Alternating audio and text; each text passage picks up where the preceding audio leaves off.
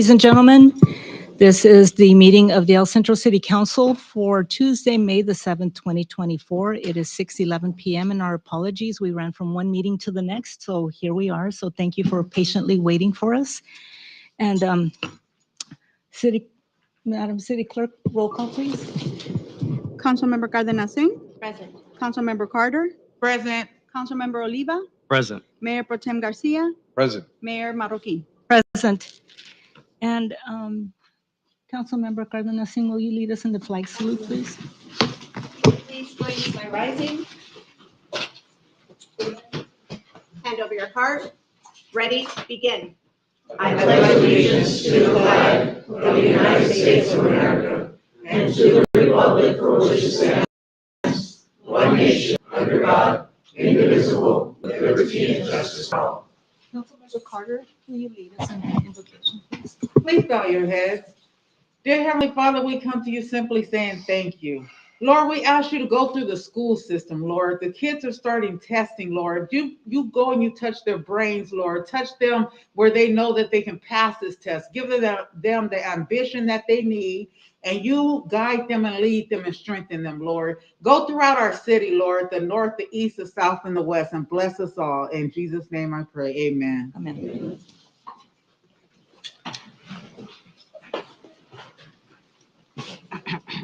Madam City Attorney, any reports on closed session? No, ma'am, there are no reports at this time on closed session. Thank you. Okey-doke. So now we go to our public comment moment. And this is the notice to the public that this is a public meeting. If there is an item on the agenda on which you wish to be heard, you are asked to complete a blue speaker slip and submit it to the city clerk prior to the start of the meeting. Persons wishing to address the city council are not required to identify themselves.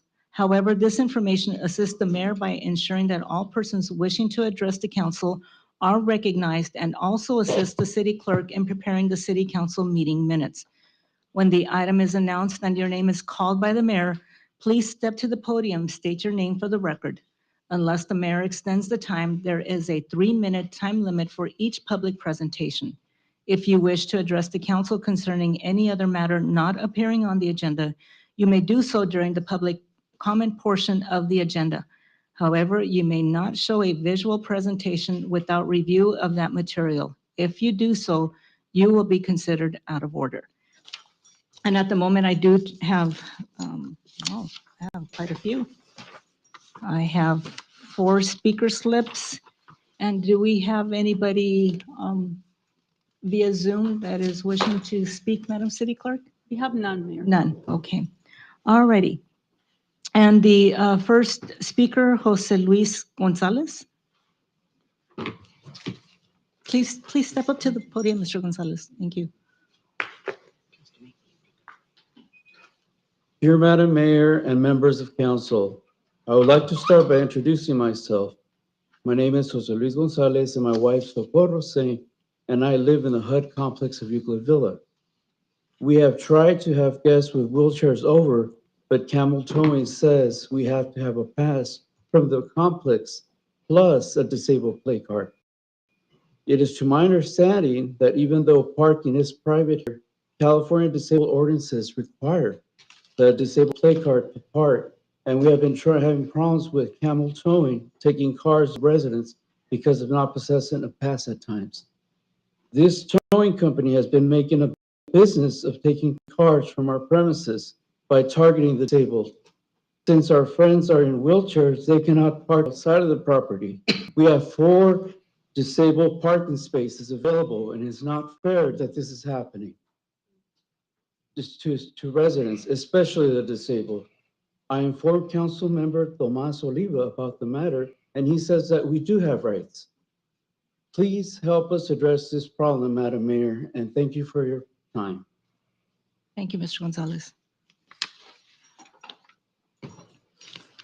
Okay.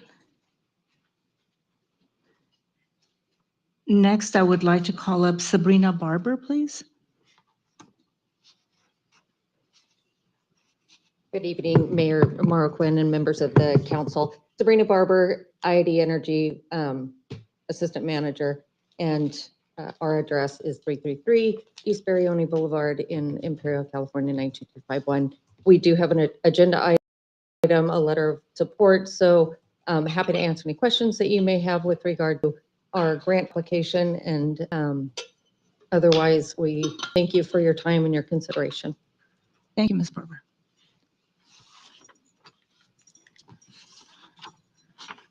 Next, I'd like to call Ms. Adriana Ramirez.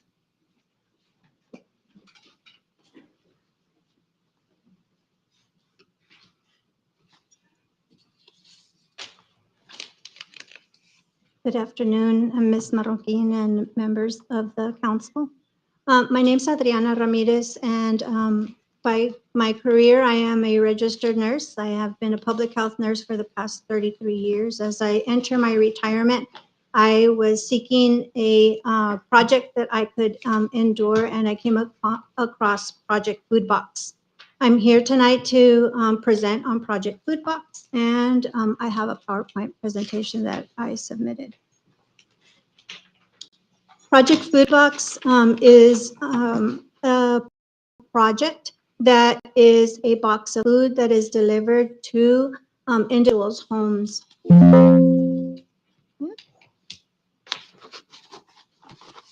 Project Food Box is fruits and vegetables that are fresh and that are delivered to individuals' homes. They must be a Medi-Cal recipient and they must have a chronic qualifying condition. The project, when they work with the managed care program, it can be approved for up to 12 weeks. And then the individual must be reassessed for an additional 12 weeks for a total of 6 months. All Medi-Cal members now, it started in Orange County and it has now quickly spread into Imperial County, into Kings County, Madera County, Fresno County, and I need your help in spreading the word here in Imperial County. It's a quick onboarding process. It doesn't take not more than 6 minutes. It is a medically tailored meal program that was introduced into the CalAIM initiative. The benefits of the Project Food Box is that it addresses poor health outcomes. It supports complex care needs. It supports specialized dietary requirements. It manages chronic health conditions. It reduces hospitalizations. Eligibility, in order to receive a food box, the individual must have Medi-Cal and they must have a qualifying chronic condition. The chronic condition is broad. At this point, they haven't defined just certain ones. So it can be congestive heart failure, diabetes, cardiovascular, chronic lung disease, HIV, diabetes, asthma, some of those conditions that are very prevalent here in Imperial County. It also helps all others that also qualify are those that have recently been discharged from the hospital or those that are at high risk of hospitalization. There is 6 different food boxes that can be sent to individuals after they have been screened by a registered dietitian. There's a box for diabetes. There's one for heart problems, kidney problems, cancer, low sodium, and gluten-free. And if you see the screen, this is exactly what the box looks like. I have personally received one, and it is very fresh fruit and vegetables, even more fresh than if you buy them at Walmart and Costco, because they are taken directly from our fields here in Imperial County and in Central California as well, and shipped to Brawley. They are packaged in a box, and then they are delivered straight to the home. Ms. Ramirez, your time is up, but do you just have a couple more? I see that you still have just one more slide. Yes. Yes. It's a very short process from the time they are screened to the time that they receive the box.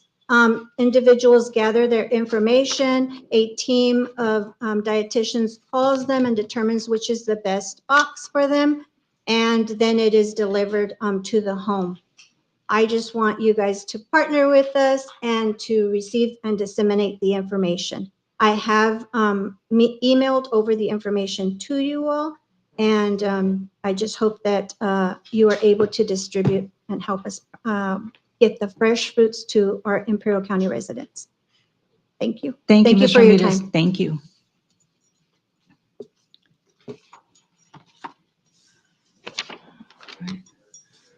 Okay, and one more request to speak, Mr. Tony Ramos. Do you have a mobile phone? Because I get tired with my arthritis standing up. Do you have a microphone?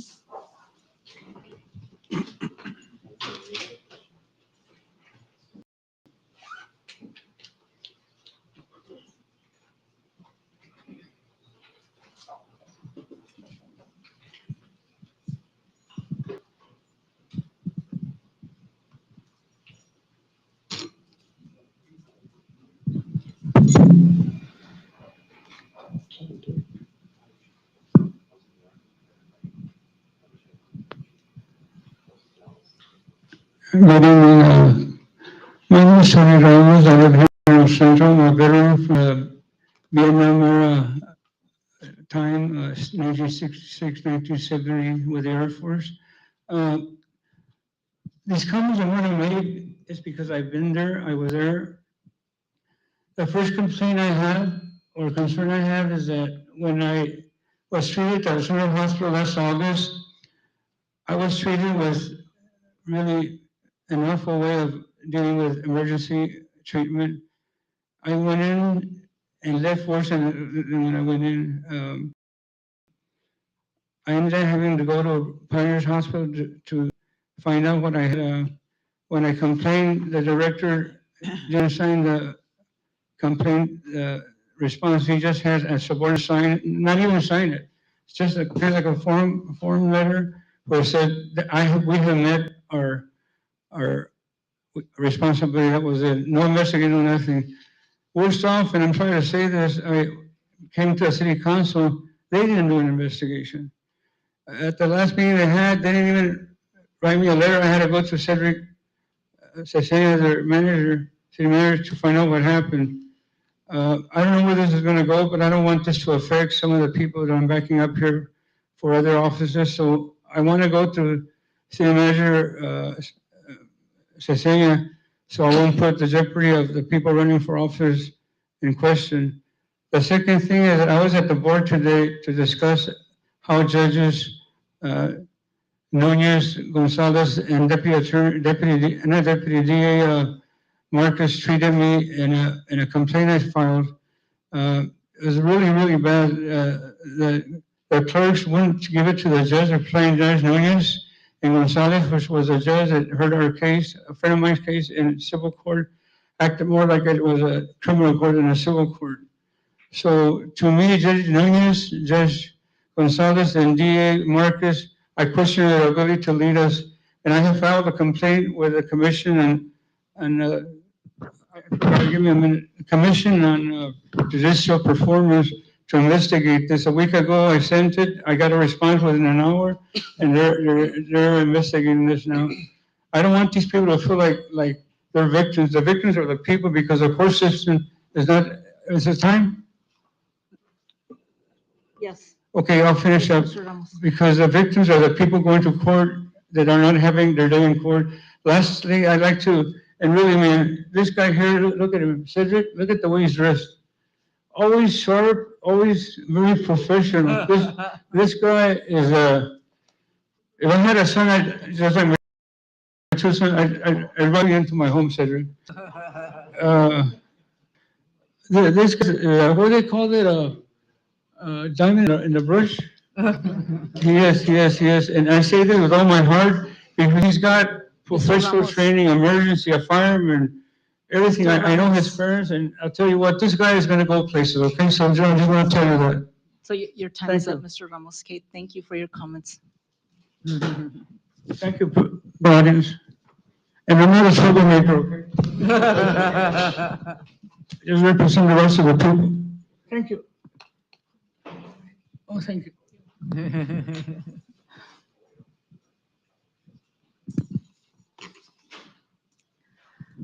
All right.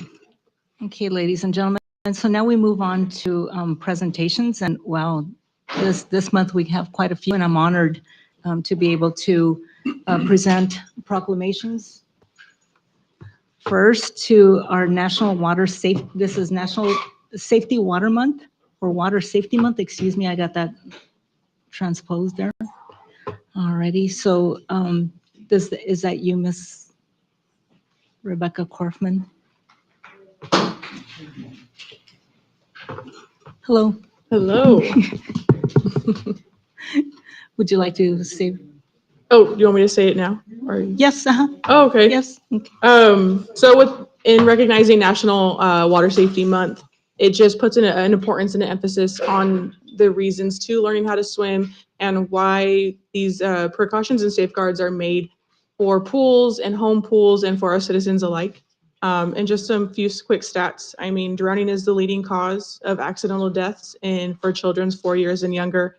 And it's also the second accidental death for 15 years and older in the US.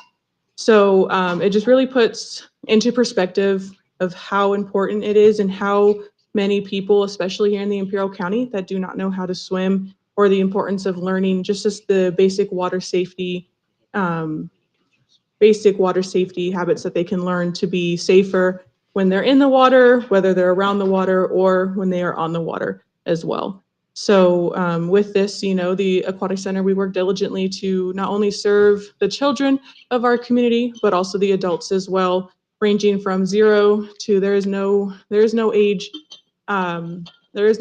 cap of when it is too late to learn how to swim, or the precautions to be safer around the water.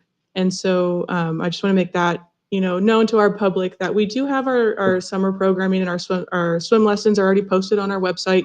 We're working hard to get those flyers posted and the information out. But I just wanted to say that briefly before the proclamation. Thank you, Ms. Corfin. So on behalf of the City of El Centro, we would like to present this proclamation to you, and I'd like to read it. So National Water Safety Month, May 2024, whereas water safety is a critical aspect of public health and well-being. In May, we highlight the importance of public education for for safer practices for kids and adults when they are in and around the water of all kinds. And whereas communities across the nation benefit from educational programs, resources, and initiatives aimed at promoting water safety. Thousands of aquatic facilities provide educational programs designed to help prevent water-related illnesses, injuries, and fatalities. And whereas the El Centro Aquatic Center encourages families to make water safety a priority to build confidence in water. Preventing unsupervised access to water, providing constant active adult supervision are critical layers of protection to help prevent drowning. And whereas May marks the beginning of swim season as beaches, pools, and water parks begin to open and people spend more time outdoors. And whereas the mayor and council members appreciate the staff at the Aquatic Center for providing equitable opportunities to all communities in learning to swim and help save lives by sharing vital water safety messages. Now, therefore, I, Sylvia Marroquin, Mayor of the City of El Centro, State of California, do hereby proclaim May 2024 as National Water Safety Month in the City of El Centro. All righty, Ms. Corfin. So here you go.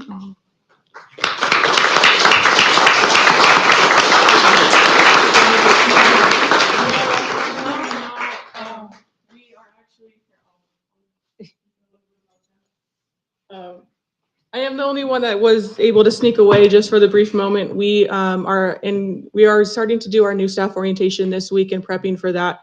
And I just want to say a big thank you to not only the council, to our city manager, but our finance, HR, and other teams that go in to support the Aquatic Center.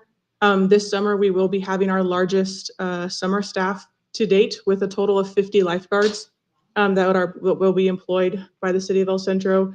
And it just goes to show the growth that we've had at the Aquatic Center with our programming, with the amount of people that are coming in, and the amount of interest that is of swimming, and not whether competitively or learning how to swim or just to be around the water, because we just happen to live in a very unfortunate climate area for our heat. But I just wanted to give a quick shout out and a thanks to our supporting departments as well, because without them, we wouldn't be able to have such a tremendous facility and to be able to employ 50 young individuals as well within our Imperial County. So I'm very proud of that. I'm proud of the team that has been put together for this summer season. And just like you said in the proclamation, May is the kickoff for a lot of our aquatic programming and aquatic events. And we anticipate a very large and eventful, popular summer this year. Yeah. So I'm very excited to get the ball rolling and to get it going. Would you like to take a picture with us? Okay. And to invite the rest of the community services department with me.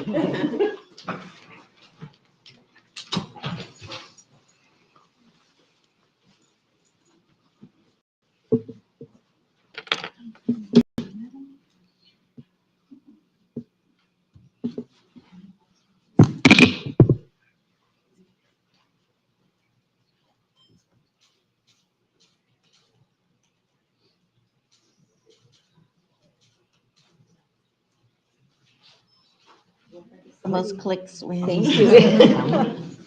Is what Mario told you for camera? Better be a new toy. No, it's first time I see it. Okay, so, I missed that. all right. So now we would like to recognize our Economic Development Department by presenting a proclamation from the City of El Centro for Economic Development Week, which is May the 6th through the 10th, 2024. So do we have our team here? Oh, there they are.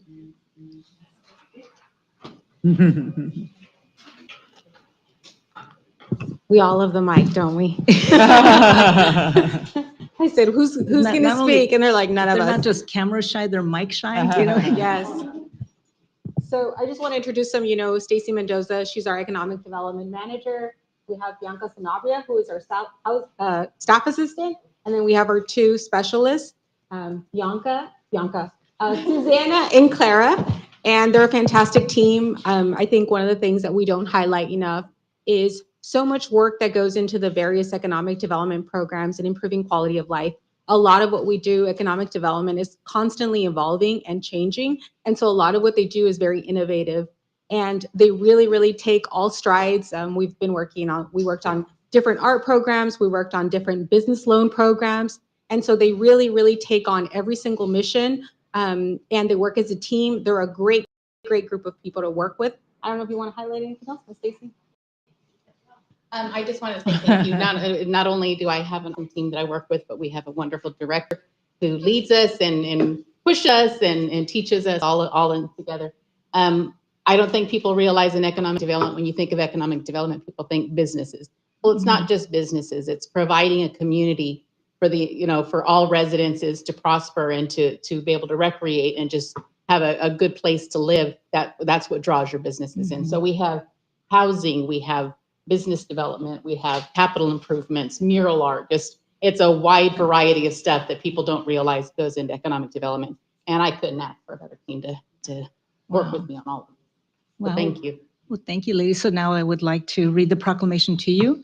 So whereas more than 100,000 economic development or related professionals worldwide are committed to creating, retaining, and expanding top-tier opportunities that facilitate long-term equitable community growth, and whereas the economic development profession cultivates thriving neighborhoods, champions sustainability and resiliency, boosts economic prosperity, enhances the quality of life, and builds robust tax bases, and whereas economic development professionals operate throughout diverse economic environments, including rural, suburban, and urban settings, local, state, provincial, and national governments, public-private partnerships among many similar organizations and associations, and whereas economic developers contribute to the betterment and progress of the City of El Centro within the state of California. Since 1926, the International Economic Development Council has been a leader and driving force in advancing economic development initiatives. And whereas The mayor and council members recognize the hard work of our professional economic development staff. Thank you for promoting and creating a more economically vibrant and livable community. Now, therefore, I, Sylvia Marroquin, Mayor of the City of El Centro, State of California, do hereby proclaim May the 6th through the 10th, 2024, as Economic Development Week in the City of El Centro. Ladies, so I'd like to invite you to come up and take a picture with us, please.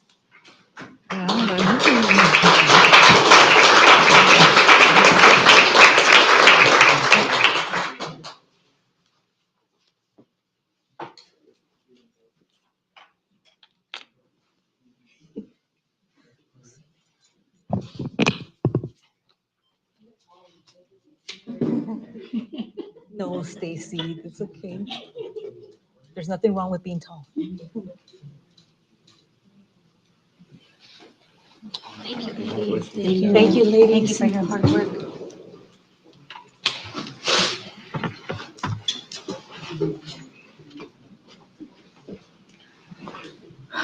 All right. So now I would like to recognize our police department by then presenting a proclamation for National Police Week. Chief Sawyer, Deputy Chief Brown, would you like to come up and just say a few words? Good evening, Honorable Mayor, members of council. So National Police Week is a somber remembrance of the lives that have gone before us and served the public, and for the men and women that gave their life in service of it. It's also a day, and specific day is May 15th, but a week in time where we look and we reflect and give thanks to the men and women who put their lives on the line every day to serve our public, the citizens of our community. It is a very important week for not only myself and the deputy chief here, but for all of us. As we look across the county, we look across our department, we look across the nation at all the brave men and women who stand every single day ready to serve not just the citizens of our community, the citizens nationwide of this great nation, and face the dangers that most people run from daily. It is really a special person that heeds the calling for public service in this fashion. And this is just one way that we honor him in one short week, specifically on May 15th. So I want to thank the council for recognizing National Police Week and National Memorial. Thank you, Chief Sawyer. Deputy Chief Brown, would you like to say anything or? Thank you, Madam Mayor. I think it's really important that we also recognize the sacrifice of those who have gone before us, not only the way they live, but what they taught us, right? Because it's instrumental in the training that we employ nowadays, the lessons learned from these tragedies. So I think it's extremely important that we not only recognize the way they live, but what they continue to give to the industry every day in teaching our new office. So I think it's really important that we recognize that as well. Thank you. Well, thank you. All right, so now I would like to read the proclamation to you. So whereas National Police Week honors special recognition to all law enforcement officers, local, state, and federal, who have lost their lives in the line of duty for the safety and protection of others. And whereas members of the El Centro Police Department play an important role in safeguarding the rights and freedoms of the residents of our community. They face significant challenges and dangers every day. And whereas it is important that all citizens know and understand the problems, duties, and responsibilities of their police department, and that members of our department recognize their duty to serve the people and preserve the rights and security of all citizens. And whereas we celebrate the brave and hardworking officers and appreciate their unwavering commitment they pledge for their endeavors to uphold the law and ensure our safety. And whereas the El Centro City Council extends their gratitude and admiration for the daily sacrifices law enforcement heroes make every day through their courageous deeds and their faithful, loyal devotion to their responsibilities. Now, therefore, I, Sylvia Marroquin, Mayor of the City of El Centro, State of California, do hereby proclaim May the 12th through the 18th, 2024, as National Police Week in the City of El Centro.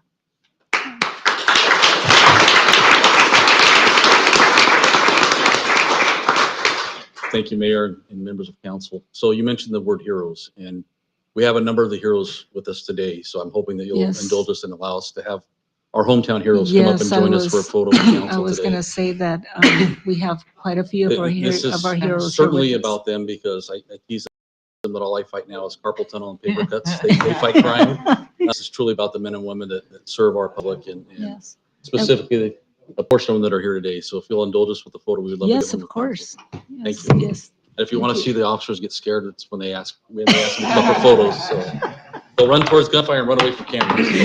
So, come on up, everyone, please.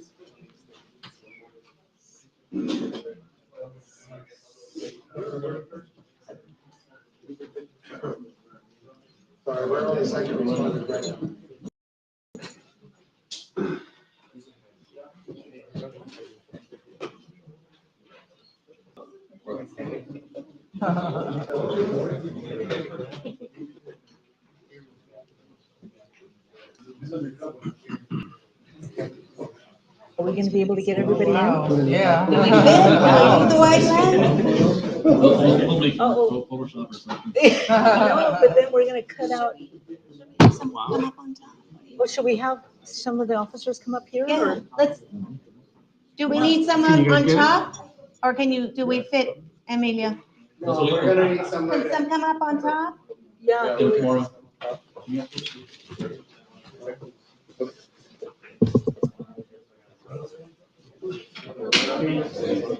Yeah, you gotta go this way. Detective Hernandez. Yeah.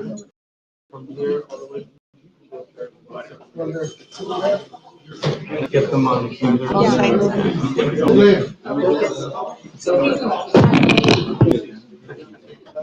Do you need some on this side? Yes. Yes, someone, Councilmember Carter.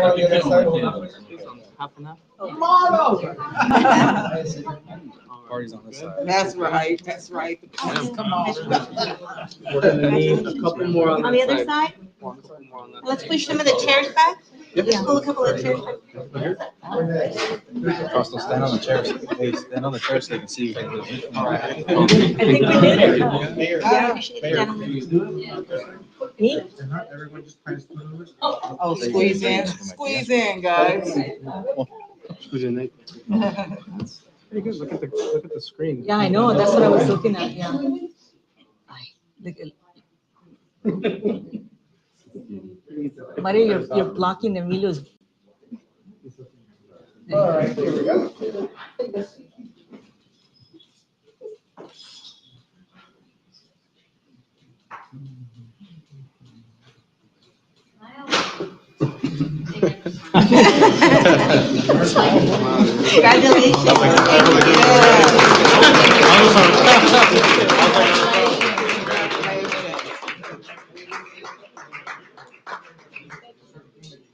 You are so welcome. I think this is Sylvia's. What happened to my chair? Oh, this one yours? Yeah, I think so, 'cause this one seems better. Got it. Wow, May is a busy month. yes, it is. It should be Heroes Month.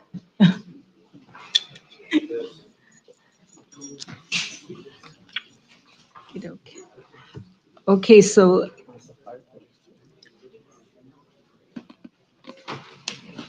So now I would like to recognize our firefighters. Chief. Oh, good. Okay, we do have. All right, thank you. Madam Mayor and Council, thank you for having me up here today in recognition of International Firefighters Day. It is an honor and I'm very appreciative to have the opportunity to recognize the services provided by the fire service worldwide and most importantly to our community. I'd like to acknowledge my gratitude for our firefighters for their selfless dedication to the community and to the service that they provide. While their emphasis is on protecting life and property, the fire service goes much beyond those services. They have an impact on the community through education, through outreach, and I think they serve as role models through the courage, the compassion, and the commitment that they show in their roles as firefighters. So I'd like to thank you guys for your support and appreciation today, and extend my gratitude to our firefighters for the roles that they serve within our community. It's always something that I enjoy, is that when the community has a problem, they call 911. The expectation is the fire department shows up and we solve that problem for them. And so I'm honored to work with some of the most intelligent problem solvers that we have in this community. Thank you. Wow. Well, Chief, on that note, I would like to read the City of El Centro proclamation for International Firefighters Day, which is May the 4th, 2024. Whereas the demands of firefighting are accompanied by personal and physical tolls that firefighters must knowingly accept while risking their lives to protect the lives of others. And whereas at a moment's notice, firefighters are quick to respond to uncertain situations to mitigate danger and combat the threat of destructive fire in order to protect individuals, families, and the economic being of our community. And whereas firefighters follow a long tradition and honor that inspires them to help colleagues, neighbors, citizens, and strangers alike, regardless of the language that they speak or the community in which they serve. For the El Centro Fire Department, the mission is the same. And whereas International Firefighters Day is observed to honor and remember past firefighters who have lost their lives while serving their communities. And whereas the mayor and council members recognize and honor the sacrifices that firefighters make to ensure that their communities and environment are as safe as possible.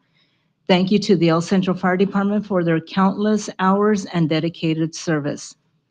Now, therefore, I, Sylvia Marroquin, Mayor of the City of El Centro, State of California, do hereby proclaim May the 4th, 2024 as International Firefighters Day in the City of El Centro. Chief?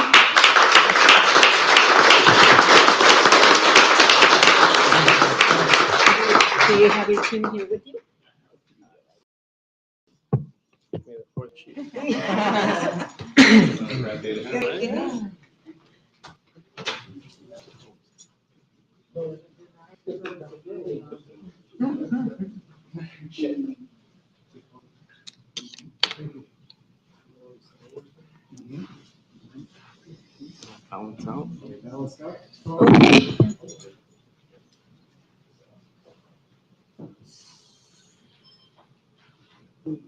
Here we go.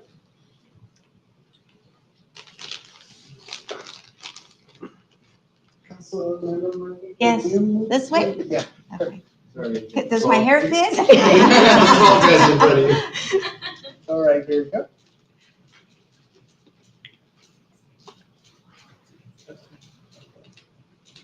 Thank you,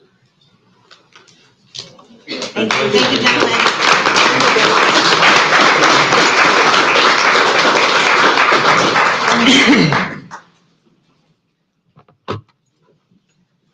Wow.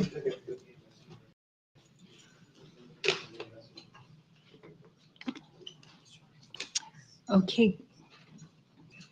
So now, I don't know, does this also fall under the jurisdiction of the fire department for National EMS Week? Oh, wow. Hi, Chief. Problem solvers, right? We do it all. Take it away. All right, well, let me follow up with what I just said, right? This is one component, a big component of what we do, is providing the medical response to our community. And not only am I recognizing our firefighters, but our partners in providing that service, such as AMR. Again, it's about gratitude for the service that they provide and the critical role in the emergency medical response to our community, highlighting their tireless efforts to save lives and provide compassionate care. The importance of EMS includes the vital service that they provide through our EMTs and our paramedics and the advanced medical care that they provide out to the communities and the guests. Life-saving interventions and their supportive role as our EMS teams work closely to provide that high level of care. Once again, it's something that I'd like to point out is my honor being up here to acknowledge the hard work and dedication, not only from our fire department, from our providers as well. And thank you for the proclamation today. So now I'd like to present the City of El Centro proclamation for National EMS Week, May the 19th through the 25th, 2024. Whereas emergency medical services is a vital public service. Members of the EMS teams are ready to provide life-saving care to those in need 24 hours a day, 7 days a week. Members engage in thousands of hours of specialized training and continuing education, and whereas access to quality emergency care dramatically improves the survival and recovery rate of those who experience sudden illness or injury, and whereas emergency medical services has grown to fill a gap by providing important out-of-hospital care, including preventative medicine, follow-up care, and access to telemedicine. And whereas the EMS system consists of first responders, medical technicians, paramedics, emergency medical dispatchers, firefighters, police officers, educators, administrators, hospital nurses, physicians, and trained members of the public. And whereas the mayor and council members recognize the hard work and dedication of the El Centro first responders that provide life-saving care throughout the community. Thank you for your continued service in answering the public's call for help when it is most needed. Now, therefore, I, Sylvia Marroquin, Mayor of the City of El Centro, State of California, do hereby proclaim May the 19th through the 25th, 2024, as National EMS Week in the City of El Centro.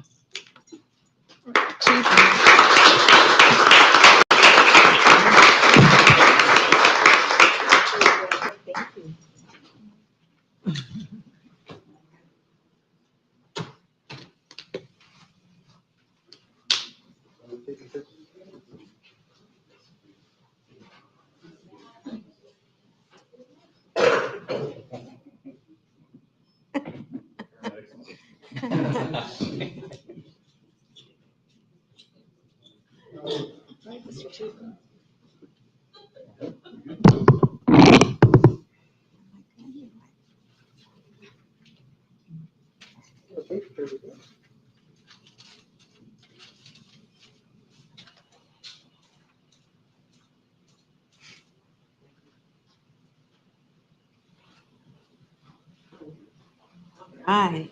Thank you.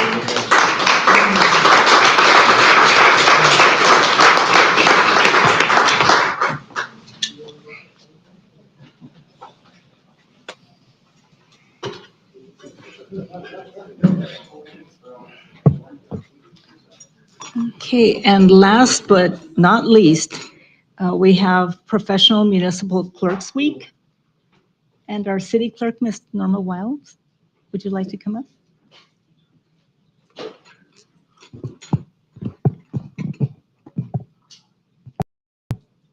I just thank you to council for all your support, everything you do for us. But I wouldn't be able to do anything that we do without my team, which is Marisol Abbott, my staff assistant, Norma Valenzuela, she's my clerical assistant. I wouldn't be able to do everything we do without our team. I just want to say thank you for all your support, everything you do for us, and always being there for us. Well, and the same goes here because we wouldn't be able to do what we do without without you. So thank you. And so now I would like to read the City of El Centro proclamation for Professional Municipal Clerks Week, which is May the 5th through the 11th, 2024. Whereas the office of the Professional Municipal Clerk, a time-honored and vital part of local government, is the oldest among public servants that exists throughout the world, and it is most appropriate that we recognize the accomplishments of the office of the municipal clerk. And whereas the office of the Professional Municipal Clerk provides the link between the citizens, the local government bodies, and agencies of government at other levels.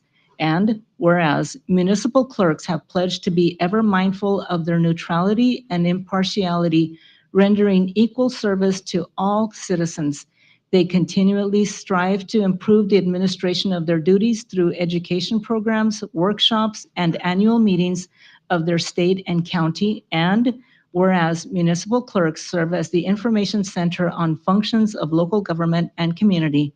And whereas the mayor and council members recognize and further extend their appreciation to the City of El Centro's office of the city clerk for the vital services they perform and their exemplary dedication to the community they represent.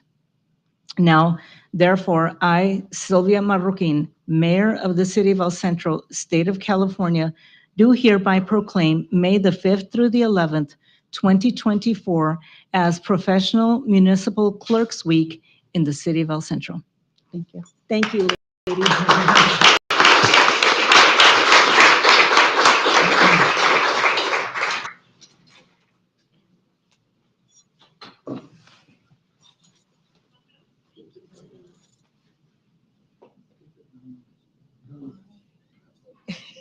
Joselito. I know, I was expecting.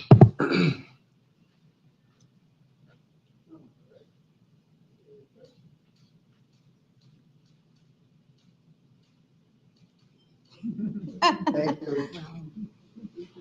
Thank you, ladies.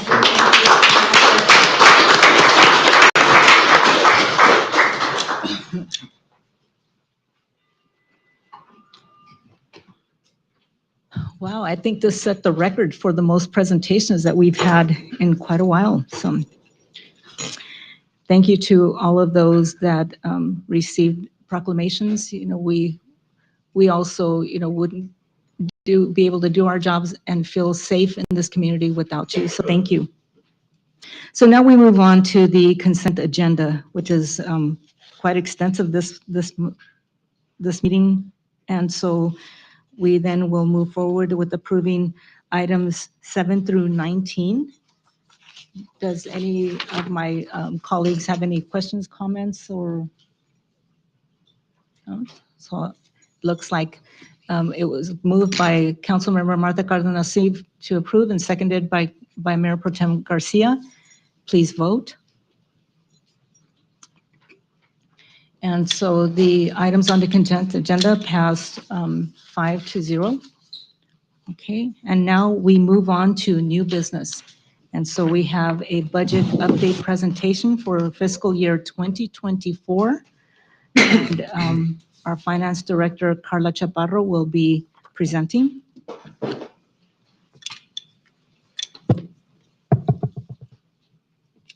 Good evening, Madam Mayor and council members. The item that I have before you is the fiscal year 2024 budget review. The purpose of the mid-year budget review is to provide City Council a comprehensive review of the city's revenues and expenditures as of December 31st, 2023. And this represents 50% of fiscal year 2024 elapsed. And this review is a good indicator of the city's current financial position and its impact on future financial projections. Starting with the general fund revenues. Most revenue categories are above the 50% mark, which is where we should be at 6 months into the fiscal year, with the exception of other taxes, grants, and other agencies, and fines and other revenues. In the category of other taxes, which includes franchise tax, business license tax, and real property tax, and it's at 39%. And the reason for this is because there is a one-time natural gas franchise tax payment, which is paid in April or May. And then also by December 2023, we have billed 2 out of 4 business license cycles, but the majority of the payments for the second cycle are received in the second half of the fiscal year. In the category of grants and other agencies, which includes post-reimbursement, revenues from other agencies, and revenue from state grants, it is at 42%. And the reason for that is because as of December 2023, we had not received any post-reimbursement. And then for the state grants, most of the revenue from state grants was received in the second half of the fiscal year. And then on the last category, which is fines and other revenues, and that includes court fines, parking fines, interest earnings, solid waste, expense recovery, rent income, and that's at 47%. And the reason for that is because there is a CR&R franchise fee payment for the quarter ending December 31, 2023, and that is received in April or May, and that would be under solid waste expense recovery. So overall, the general fund revenues received as of December 31st, 2023 are at 52%, which means that we are on track. General fund expenditures by department. So moving on to general fund expenditures, for the most part, they are all below 50%, which is where they should be, except for general government and transfer outs. For general government, the reason why this division is higher, it is at 56%, is due to a few high-ticket expenditure items that are due and paid in full at the beginning of the fiscal year. And these are the city's liability and property insurance, and that is a cost of 1.5 million in fiscal year 2024. LAFCO dues, which is 211,416, and IVRMA membership, which is 95,778. And then also in the category of transfer outs, there was a one-time transfer out of 70,000 completed at the beginning of the fiscal year to cover salaries and benefits for special events. And overall, general fund expenditures are 42%, which are deemed to be on track. Ms. Chaparro, can I ask, can you go back to the transfer out? Do you mean you're transferring funds from one account to another to cover that? Is that what that means? Yes, so we're transferring 70,000 from the general fund Mhm. to, we have a fund for special events, Okay, which is all Fund right. 266, and that's what it is. Okay. General fund expenditures by category. So this pie graph shows the distribution of all general fund expenditures as of 12/31/2023 by percentage. As you can see, salary and benefits is the biggest expenditure in the general fund at 76%, and then we have supplies and services at 23%, and then capital at 1%. Fund balance at December 31st, 2023. So at the beginning of fiscal year 2024, we had a beginning fund balance of 23,218,322. As of December 31st, we had revenues of 18,058,993 and operating expenditures of 15,975,327, which created a surplus of 2,083,666. So then the ending fund balance at 12/31/2023 is 25,301,988. Out of that, we have designated 4.5 for economic unknowns and accrued leave liability, leaving an undesignated fund balance of 20,754,455. Most of the surplus of the 2 million is due to, we did have a lot of position vacancies at the beginning of the fiscal year. So there are some salary savings, but then those salary savings were absorbed during the second half of the fiscal year we had like higher than normal expenditures. So I don't anticipate seeing that at the end of the fiscal year.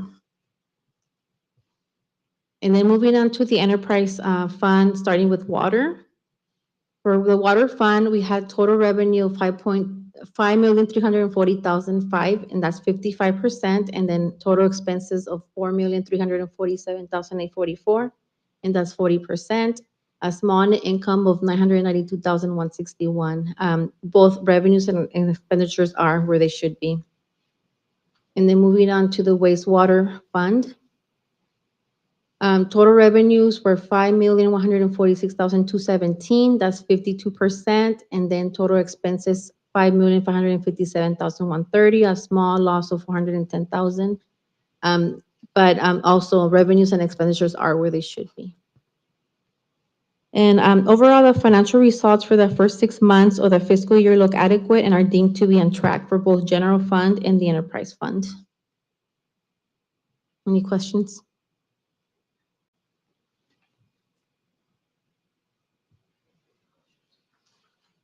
Please, any questions from Mr. Barnes?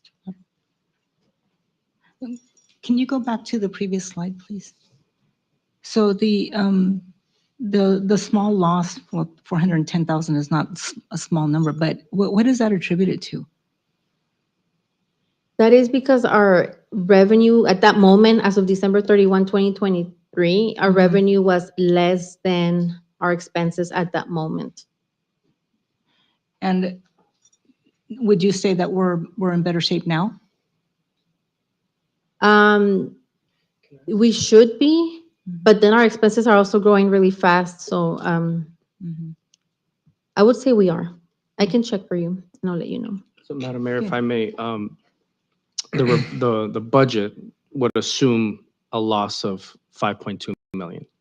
So if in the middle of the fiscal year, we're seeing 400,000 loss, then I would assume then to get to what's expected of 5.2 million, that cost is then incurred on the second half of the fiscal year, correct?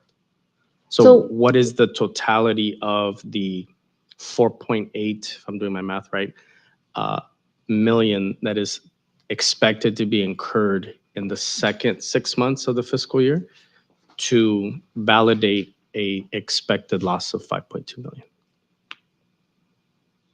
So what happens there is that we have a lot of capital outlay. So assuming that water and wastewater always have like really, really high ticket items for like projects and capital outlay projects. So then, assuming that we're gonna complete all those projects, that causes the loss. But we don't ever actually complete the projects. We kind of roll over that budget to the next fiscal year. Okay. Makes sense. Sure.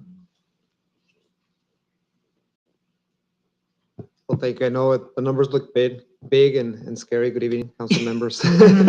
But instead of bonding on capital outlay many times, we're able to leverage and basically save the money from one year to the next.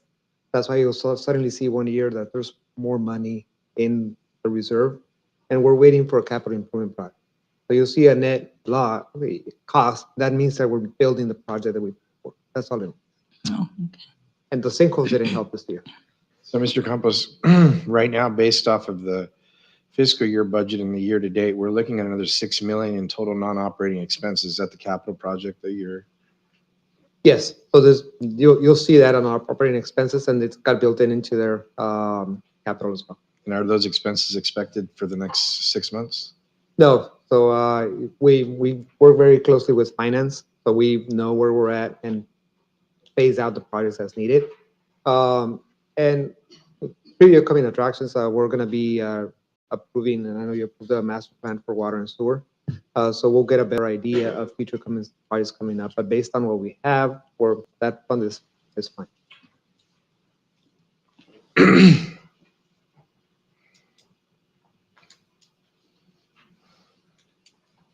Any other questions? Comments? Alrighty. Well, thank you, Mrs. Chaparro. Yeah. Thank you. So, next, can we move item number 22? Can we just switch those and move item number 22 up to now so that Ms. Barber Yes. won't have to wait all night?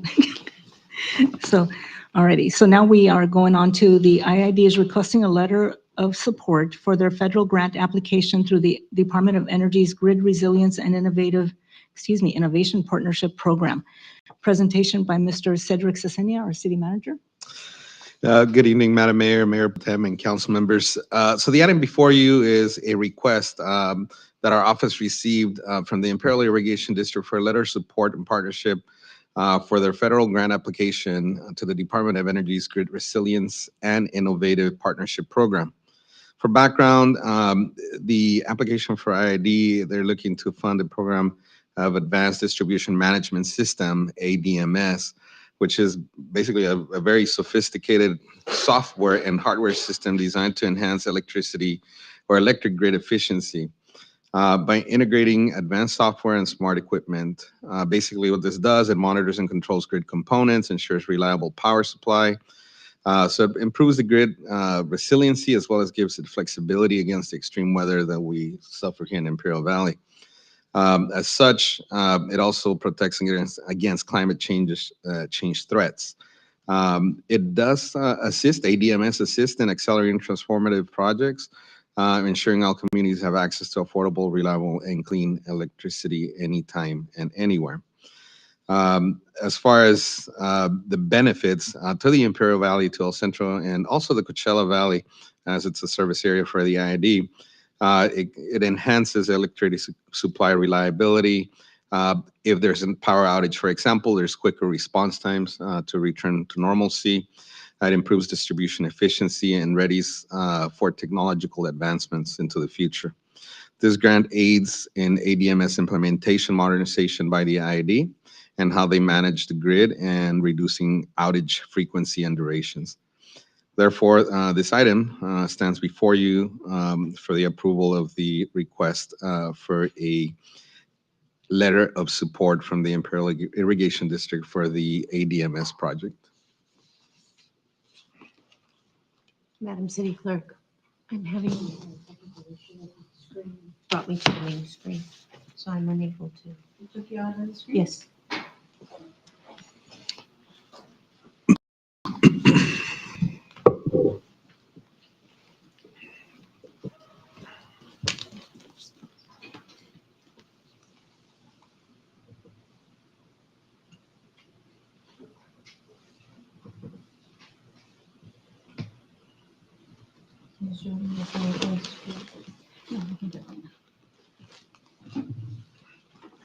I'm sorry.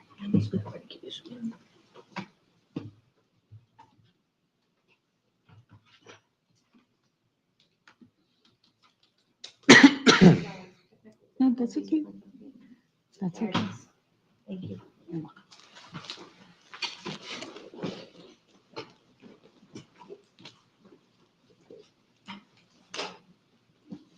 So that looks like it's, the letter of support is approved, 5-0 already, Ms. Barber?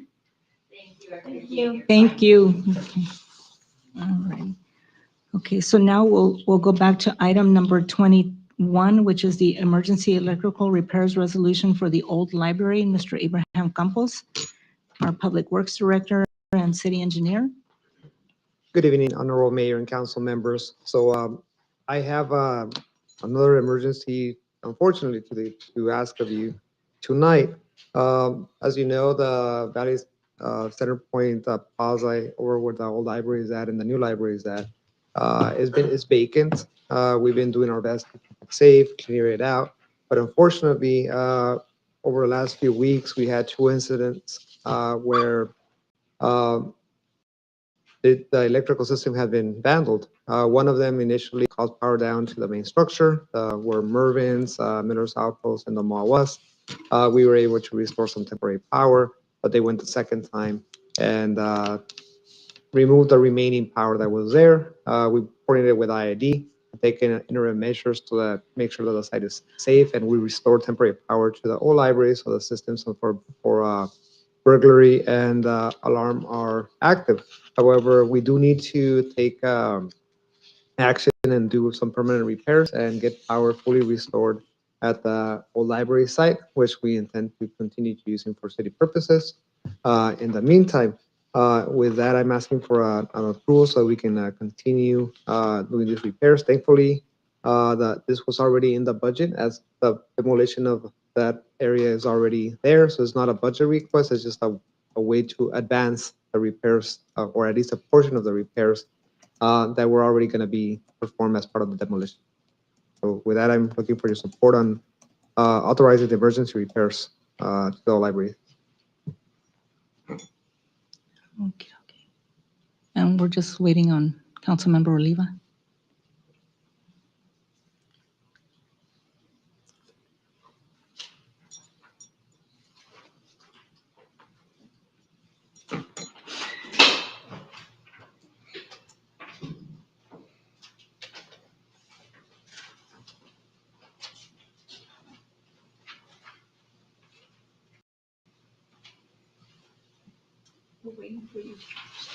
It's just that we've got the vote on the, okay. Okay, Mr. Abraham Campos, that passes 5-0. Thank you. Thank you.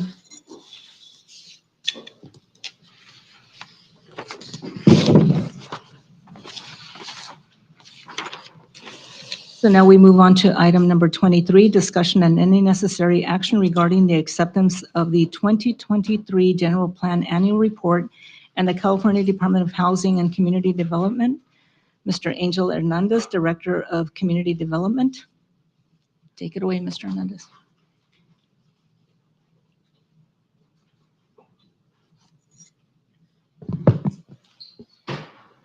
Hello, good evening, Madam Mayor, Mr.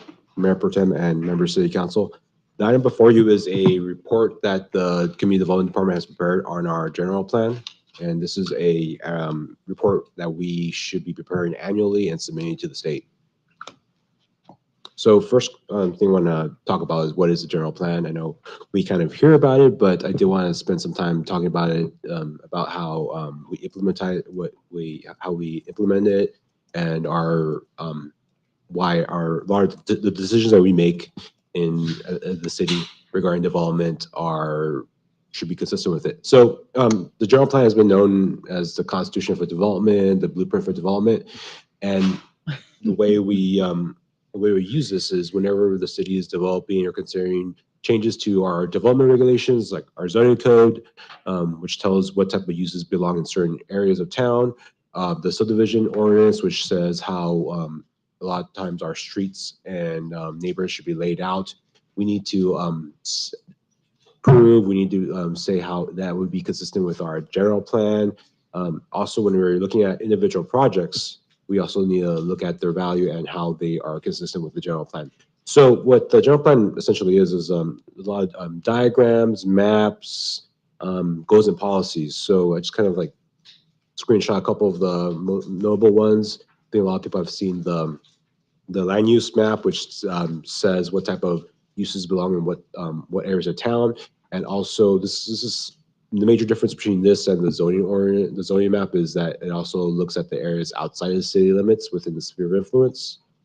That second map is basically our roadway network, our planned roadway network. So when we look at evaluate projects, we see what type of roadway infrastructure is being planned for that area, the type of roadway, the number of lanes, and so forth. And there's a series of policies. So I'm just pick some policies. So policy 3.3, this is from our safety element. And it says avoid new development that would create major increases in fire risk that may cause the city's existing fire capacity to be exceeded. So a way that this kind of is considered is if the city were to consider some type of development on the south side of town, that question might be asked like, okay, would this development require additional fire services? And would it require different infrastructure? And this is another policy that I pointed out. This is from our land use element, and it talks about the siting of subdivisions and development adjacent to agricultural uses. So our city is surrounded by agricultural uses, and sometimes they don't smell as nice as we want them to, or they provide other type of impacts that might impact the quality of life of residents. So this is a policy that we could address, and whenever we're evaluating projects, we could point this out and discuss with the developer, the applicant, any type of mitigation measures that need to be in place to protect people from any type of impacts. And the general plan is made up of several elements. Our city general plan is made up of the land use element, the mobility element, housing element, economic development, conservation, open space, safety, noise, and environmental justice. So the item before you is the actual annual report, and this is a document that is to be submitted annually to the Governor's Office of Planning and Research. It's required to be submitted to the legislative body, i.e. the City Council in our case. And in it, we basically reviewed the implementation plan of all of the policies, the goals that are in all the elements of the general plan. And there were some recommendations that we do look at. I'll talk about that briefly in the next slide. And we also discuss other plans and city documents related to development. And essentially, it's kind of a good exercise to see like how consistent our general plans, our elements are to each other, how stuff changes throughout the course of the life of this document. So this is kind of a history of our general plan as is right now. So a lot of the elements there was the last comprehensive general plan update was in 2002, and that updated the entire plan. Of the elements of the chapters we have right now that are still from that 2002 plan are the conservation, open space, noise, safety, and public facilities. In 2011, the city adopted an economic development element. And more recently, in In 2021, we adopted the land use element, the mobility element, and the environmental justice element. And in 2022, we adopted the housing element, which is unique, is that the only one that there is actually a frequency that needs to be updated for state law. So overall, the elements that are a little bit more longer in the tooth are the conservation, open space, noise and safety element, noise and safety elements. These are more than 20 years. And there's no like rule about how old these elements could be, but it's a good practice that they get updated every 20 to 25 years. We've made a major change to our land use element and also our mobility element that should be addressed in these documents. I know the Imperial County is also looking into updating their airport land use compatibility plan. They should be, I think they're planning on completing that next year. And the safety element now requires addressing some of the impacts of climate change, like flood, extreme heat. So those are some things that need to be looked at. The public facilities element, this is an optional element, unlike the other ones that I previously talked about. Those are required elements. And after reviewing it, we found a lot of this information is already prepared in our service area plan that gets updated a little bit more frequently than our general plan. And the other element that I do want to point out is our economic development element. Now, this is an element that was done in 2011, and it was kind of nice looking at it because it had a list of like different sites where at the time they looked at for economic development. They looked at the old Walmart site, which I guess at the time wasn't as busy as it is now. There's a lot more, the site's completely used up, I believe. We have the Aldi's grocery store, a couple of like the larger stores that took root in the actual Walmart building. The Heilig Meyer site, that's where the Smart Final grocery store is now. That's also been occupied. And they also mentioned Adams Avenue, which we do see a lot of redevelopment. A lot of those older hotels are now being used as single room occupancy hotels. And there's been changes to kind of the plans for Valley Center Point. At that time, it was not owned by the city. It was still a privately owned. And the town center area, which is the area around Target, Lowe's, at that time it was kind of still planned out for commercial uses, but since then it's transitioned to more residential uses. And overall, 2011 is a long time since now, and there's been changes in how we kind of are forecasting changes to retail demand that should be looked at. So our recommendation is that the City Council accept the city's annual general plan progress report and direct that the report be submitted to the Governor's Office of Planning and Research. I forgot the last two words. I'm also available for any questions. Thank you. Colleagues, does anyone have any comments or questions for Mr. Hernandez? No. No? Anybody over here? No. Okay, okay. Thank you, Mr. Hernandez. And I guess now this calls for a vote.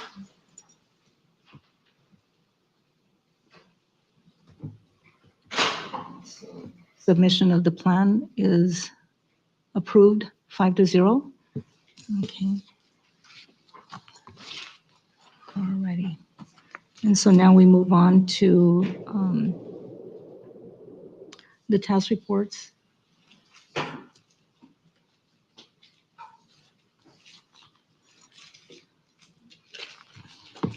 Give me just a second to ask.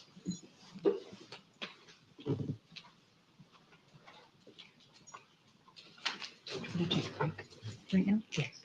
Are you ready for the task force reports?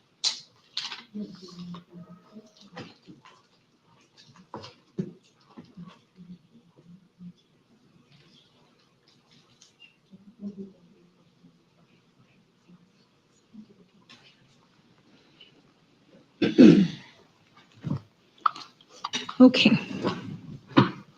So Councilmember Cardenas, would you like to Absolutely. report? It's been a 3-week time period for reports on all the activities that have taken place. Had the opportunity to attend the Senior Fraud Workshop that was put together by Congressman Dr. Raul Reese. Had the opportunity to to attend the Southern California Association of Government and was the delegate for the General Assembly. Had the opportunity to attend Southwest High School's California Cadet Program, which showcased their graduating class. Is my mic not working? In addition to that, last Friday had the opportunity to attend the Imperial Valley Law Enforcement Memorial. Just on Monday, we had our Friends of El Centro meeting, had our monthly ICTC meeting, had the opportunity to attend the grand opening for the Penske open house activity. Had the opportunity to attend the senior health fair that took place here at our community center and the ribbon cutting ceremony for the dog park. And that is my report, Madam Mayor. Wow. It's been a busy week. Councilmember Oliva? Yes, thank you, Madam Mayor. I will be brief. Since we last met, we did have an ECRMC board meeting, which took place on April 22nd. I also participated on April 26th, Arbor Day event that was hosted by San Diego State University in collaboration with IID to highlight the importance of planting trees and how that impacts our quality of life. Similarly to my colleague, Ms. Cardenas Singh, I also attended the SCAG General Assembly last week and served as the alternate and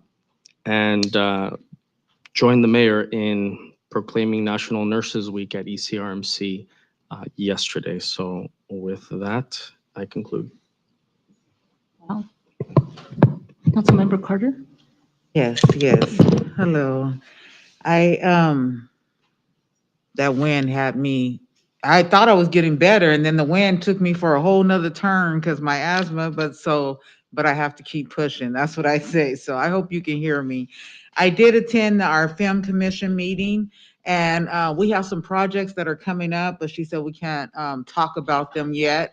So as soon as I'm able to talk, I will inform you on what's coming up. I did attend the groundbreaking for the dog park. We did have our hospital board meeting. I attended the law day on Main Street as well, and I also attended the law enforcement memorial. Very emotional event. That concludes. Mayor Pro Tem Garcia? No report at this time. Thank you. And so, wow, so many of the events that were mentioned by my colleagues, I was also in attendance, but I think I have to say that the leash cutting ceremony at the Bark Park was probably one of the highlights, so I will mention that a little bit later in terms of some changes that are happening there. I was also invited to make the opening comments at the Health and Wellness Fair by another senior group that is here in El Centro. And then I was also invited to attend the ECRMC's volunteer dinner that same evening. And so I was also invited to make a few comments to the volunteers that were praised at that dinner that evening. I was also in attendance at the Senior Fraud Workshop with Congressman Dr. Raul Ruiz, and then followed by it was like a post-air show luncheon that was hosted by Commander Lee out at NAF, and I attended that with our city manager, Mr. Cedric Cesenia. And my gosh. And I was also at the Law Enforcement Memorial ceremony that we had last Friday evening with our police department and all of those that were also in attendance.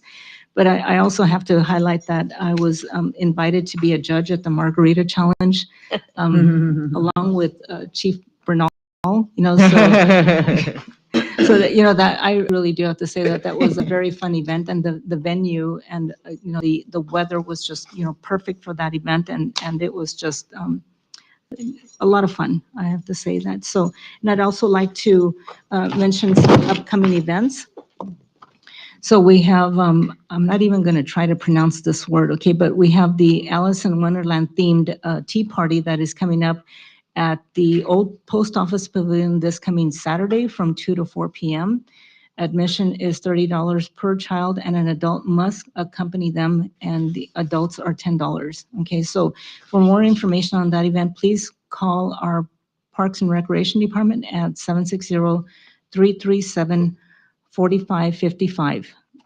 And let's see, the El Centro Library has hiking backpacks, kits available for checkout. They contain equipment for people interested in trying hiking for the first time. The library also has new travel books with information for regional and world travel.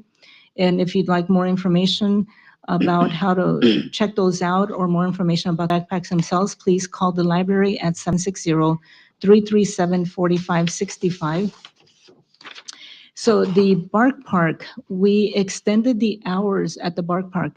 When we opened it, the hours were from 8 a.m. to 9 p.m. daily.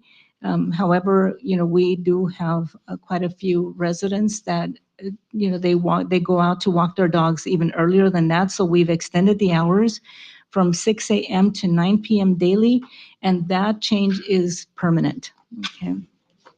We would also like to congratulate El Centro Police Detective, Mr. Alfredo Hernandez. I know that he was here earlier. He was recently honored by the Imperial County District Attorney's Office for his valuable support of crime victims. The DA's Office Victim Witness Assistance Program honored him for his referrals, which have been instrumental in helping victims transition from the aftermath of victimization to the resilience of crime survival. So congratulations to Detective Hernandez. Let's see, Mondays with the Mayor.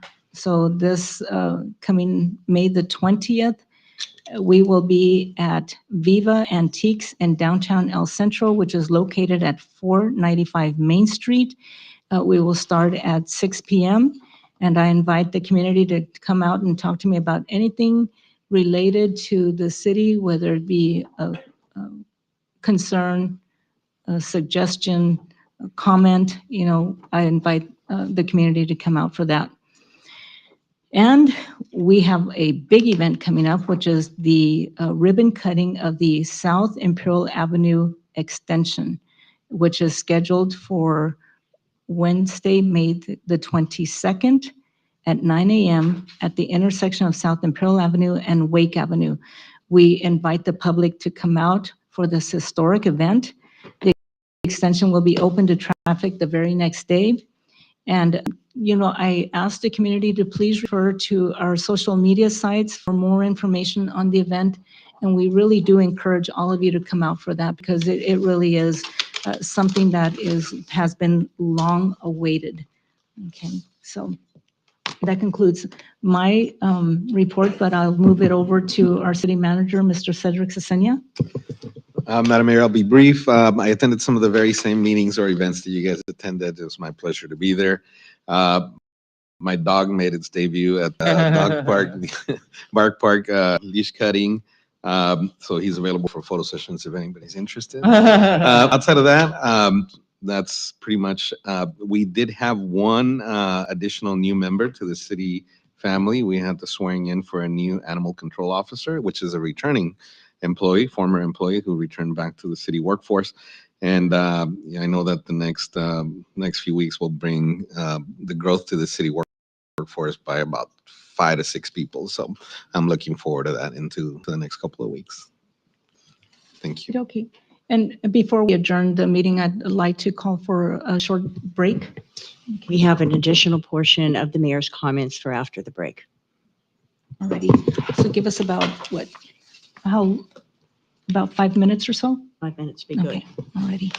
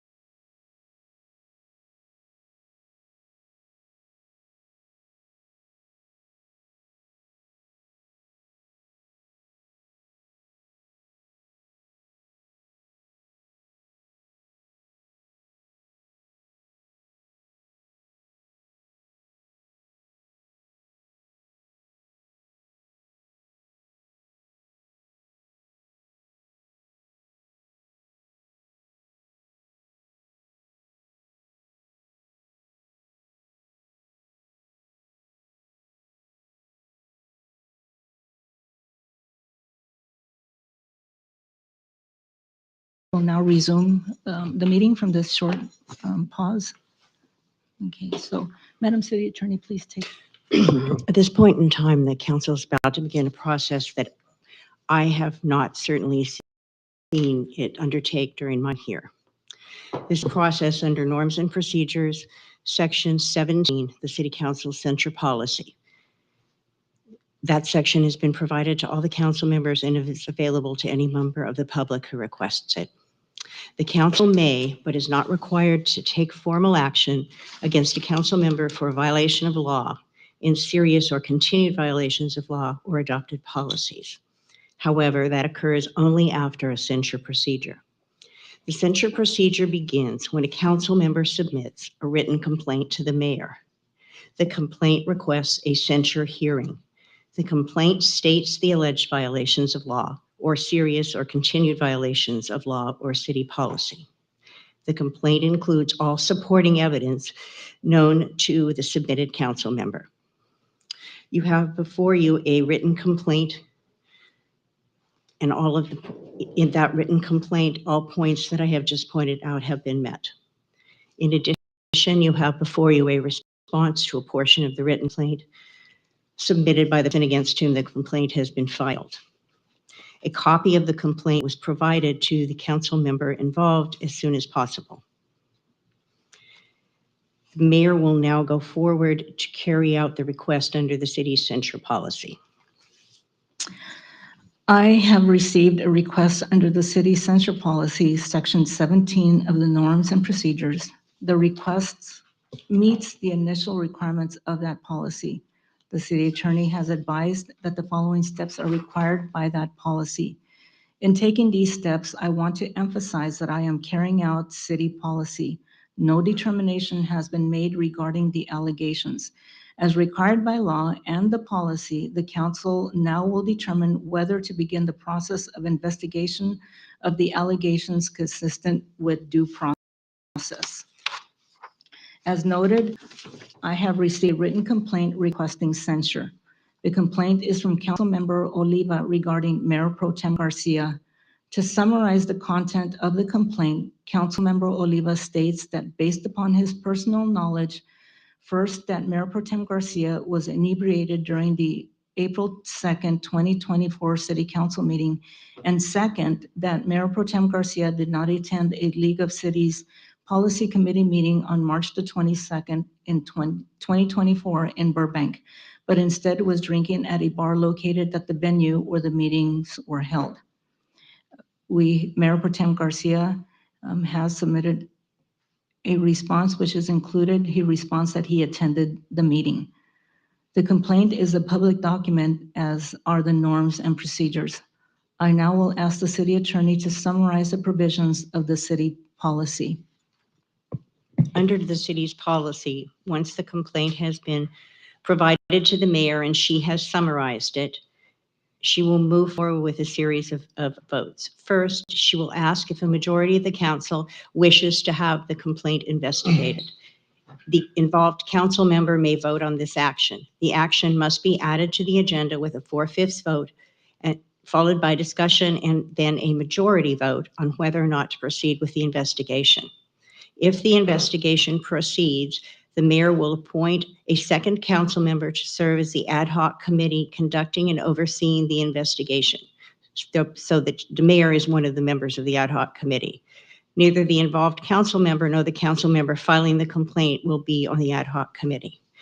The investigation, if it proceeds, will proceed with an independent investigator and staffing by the city manager and city attorney. The ad hoc committee, along with the investigator, establishes the process for the investigation. After the investigation is completed, the ad hoc committee makes a written recommendation as to how to proceed. If the recommendation is to proceed, the matter is set for public hearing and the involved city council member is given a period of time in which to prepare and participate in the hearing and in all votes. If the recommendation is not to proceed, no further action will be taken unless the city council determines that the matter be placed on the agenda. The council also may consider interim and/or permanent limited remedies during censure, such as removal from all internal and external city committees and any titular position, but may not take any action which prevents the council member from carrying out the duties of his office. Okay, so at this point, I call for a motion and a second to add this item to the agenda. Takes a fourth or so. Okay. I have a couple questions. Since this is an added item to the agenda that has already been posted, I would like to know what the procedure is to add an item and if it meets that requirement. The procedure to add an item is that this matter arose after the agenda was posted, which is correct. The complaint was provided after the posting of this agenda. The matter is one which requires action before the next agenda. It does require action for the next agenda because Section C of the Norms and Procedures provides that at the next regular city council meeting, the presiding officer, the mayor, will announce receipt of the written complaint during her report. So by adding this item to the agenda after it's posted, it does meet. It meets the requirements of the Brown Act for adding an item. And Mr. Garcia has received the information with plenty of notice? Mr. Garcia received this information. Mr. Garcia was provided notice that this meeting would proceed not too far before 5 o'clock. He has submitted, however, a response. And he certainly has the ability to speak, as do any of the rest of you.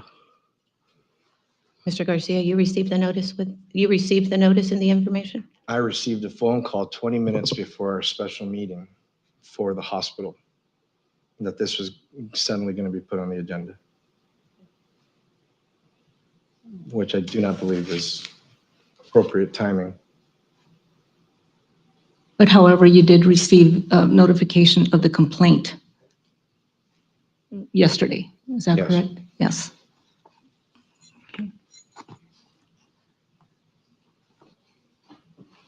So, do we know?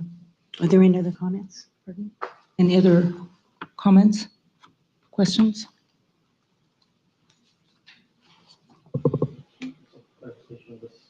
This is, what's before us is to Add vote an on whether or not this merits to be added to the agenda, right? We're- That's the first vote, We're voting not on the item itself. not on the merits of the complaint or whether an investigation should be called, simply in the same way you would vote on any other item which arose after the posting of the agenda, which under your policies and procedures is to be considered at a regular meeting. This would be that regular meeting. So this is basically a vote pursuant to the Brown Act, and it requires 4 affirmative votes.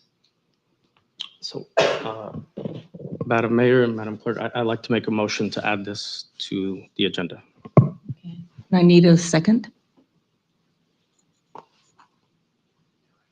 I do a roll call.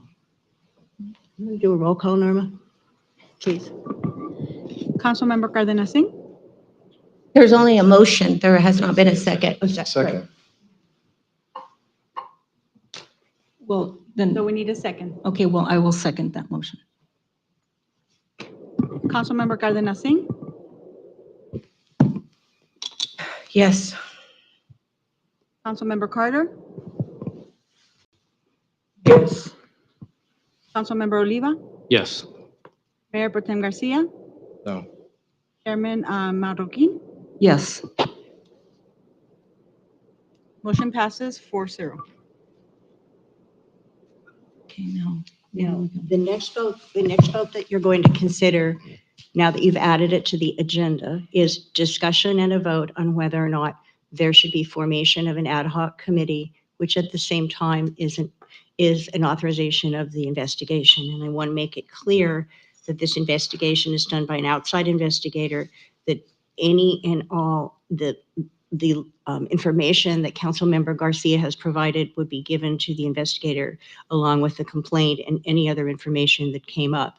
I don't know how long this investigation will take, but the result of it is an independent report which would be scrutinized by the ad hoc committee. So at this point, do I? Are there any other questions? Realizing this is an unusual procedure. Is it appropriate to kind of summarize? Sure. Yeah, can we please, for the record, at least go through the steps to have a clarity, although it's written here before us, but maybe if you could show us the outline of what this looks like, I think The that steps that's, for what? so the formation, Okay, so the step for thank you. The step for the formation of the ad hoc committee is that you vote by majority vote for the mayor and want to form an ad hoc committee with one other council member. And that ad hoc committee, staffed by the city manager and city attorney, assists in the investigation along with the independent investigator. The ad hoc committee has the power to interview witnesses and information. Upon completion of the review of the complaint and the investigation, the committee prepares a written report for the city council. The report could be to proceed. The report could be the censure is not warranted. There could be other comments that are made. Was that what you were looking for? Yes. Okay. and I think because we're looking at it, I just want to make sure that for the record, it's heard as far as what the process is. Summarize? Can you summarize what?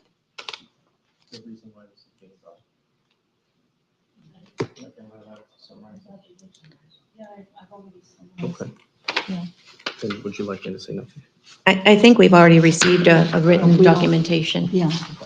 But I do want to point out, to be very clear, the fact of this process is an investigation. It is not a statement that someone did or did not do anything. It is an investigation. It is extremely important that appropriate procedures and due process be observed at all times to the greatest extent possible. Betsy, so we need a motion and a second to create the ad hoc committee? Yes, for that? and so at this point. You want to call for the vote on the ad hoc committee? Or do you want to Yes. state the ad hoc committee? Yes, I want to state the ad Okay, hoc why don't you do committee. that and then call for the vote? Okay, so the ad hoc committee will consist of myself, Mayor Sylvia Marroquin, Councilmember Sonia Carter, our city attorney, Ms. Betsy Martin, and our city manager, Mr. Cedric Cesenia. You're not on the committee. We're your No. staff. Oh, you're the Yes, staff. the Okay. ad hoc committee is just the two. Okay, so the ad hoc committee, let me clarify that, because we're learning through this process, excuse me. So the ad hoc committee will be myself, Mayor Sylvia Marroquin, and Councilmember Sonia Carter. So at this point, do we vote? Yes, you need vote to form the committee. Okay. So In do- other words, what the vote says is, we're going to go forward with this investigation. So is there a motion and a second that's needed? Does this call for a motion? So I will make the motion requesting that an ad hoc committee be formed as laid out by the mayor. Do I have a second? I'll second. Alrighty. So, and can I get a vote now, please? Councilmember Cardenas-Singh, Yes. Councilmember Carter, Yes. Councilmember Oliva, Yes. Mayor Pro Tem Garcia, Mayor Marroquin. Yes. Okay, so Motion passes 4-0.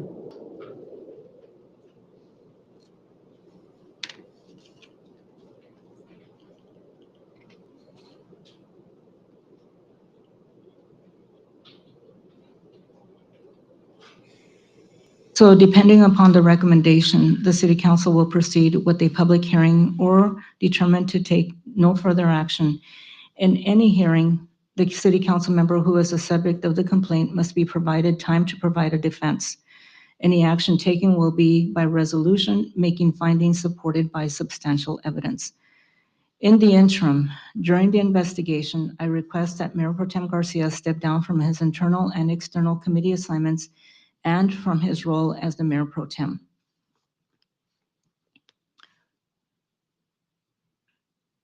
During the investigation, During the investigation. what you guys are gonna do?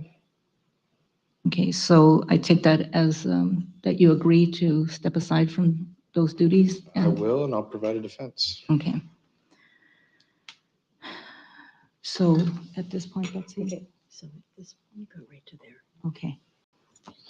At this point, in order to preserve the integrity of the process, I'm directing the city council to make no further comments on this matter and to cooperate fully with the process. The city will make no comment.